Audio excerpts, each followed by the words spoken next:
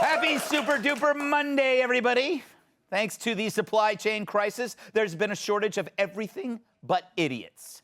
Yeah, for some reason, the chain that supplies lying morons is flowing more smoothly than the flatulence out of Biden's butt. I should stop making those jokes, but I'm not. That's one area where Biden's excelled at job creation.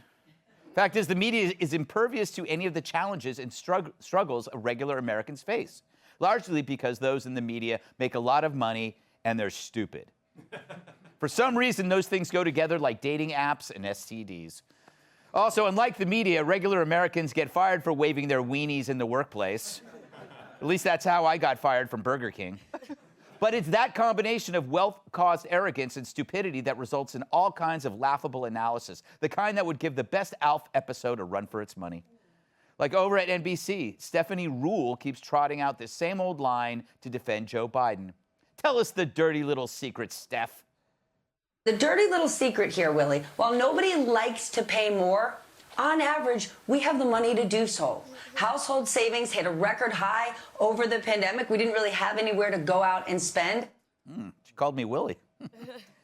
That's not so much a secret as it is something a person with a major head injury would say. A secret would be how any of you keep your jobs. If she were any more of a dumbbell, Chris Cuomo would be curling her. Yeah, they're still saying that inflation isn't bad because the government printed all this money and gave it to you to spend, which of course drives up prices since money becomes cheaper once you print more of it. Dems know the economy about as well as I know the layout of the big and tall men's store. With their logic, why doesn't the government just print $1 trillion bill for everyone? We're all rich, baby. But you couldn't come up with anything dumber. Oh, wait, what's Tiffany Cross going to say about truck drivers? This is, again, an industry populated by a lot of white men over the age of 55. This group of people overwhelmingly voted for Trump.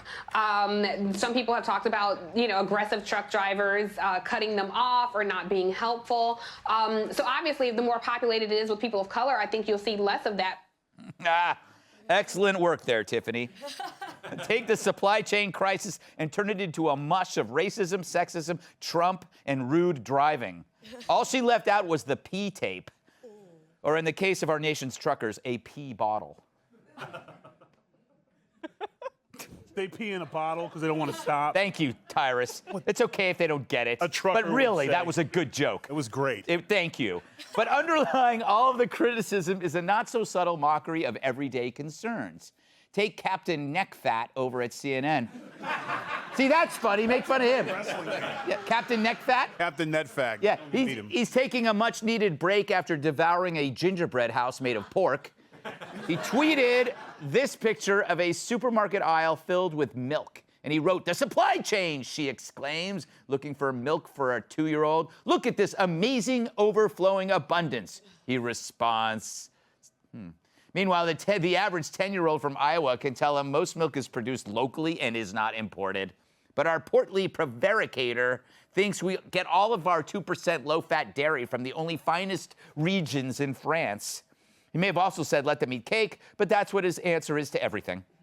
I'm surprised he didn't include a picture of a woman breastfeeding and write, "See, no supply chain delay there."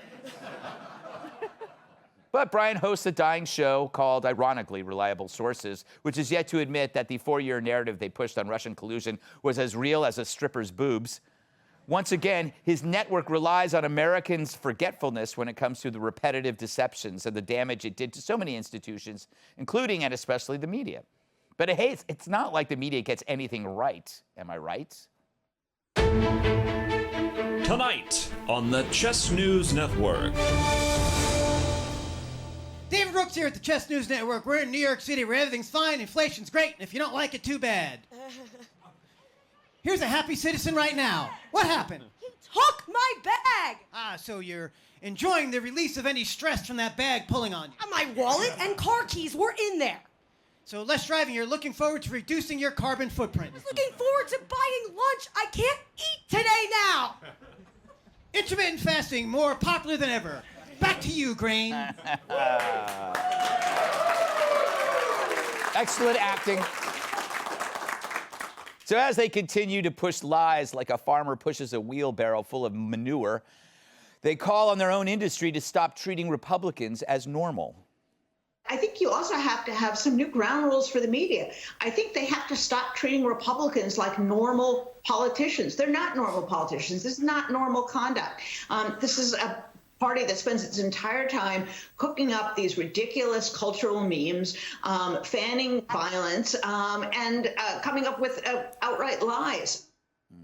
Is that Woody Allen in a wig? Apologies. Apologies to Mr. Allen. Jennifer Rubin, though, calling out anyone as abnormal. That's like Andrew Cuomo telling a TSA agent to keep your hands to yourself. Of course, Rubin's a sellout, they quote, whenever they want to bash conservatives, the kind of Republican who makes Mitt Romney look like Abe Lincoln.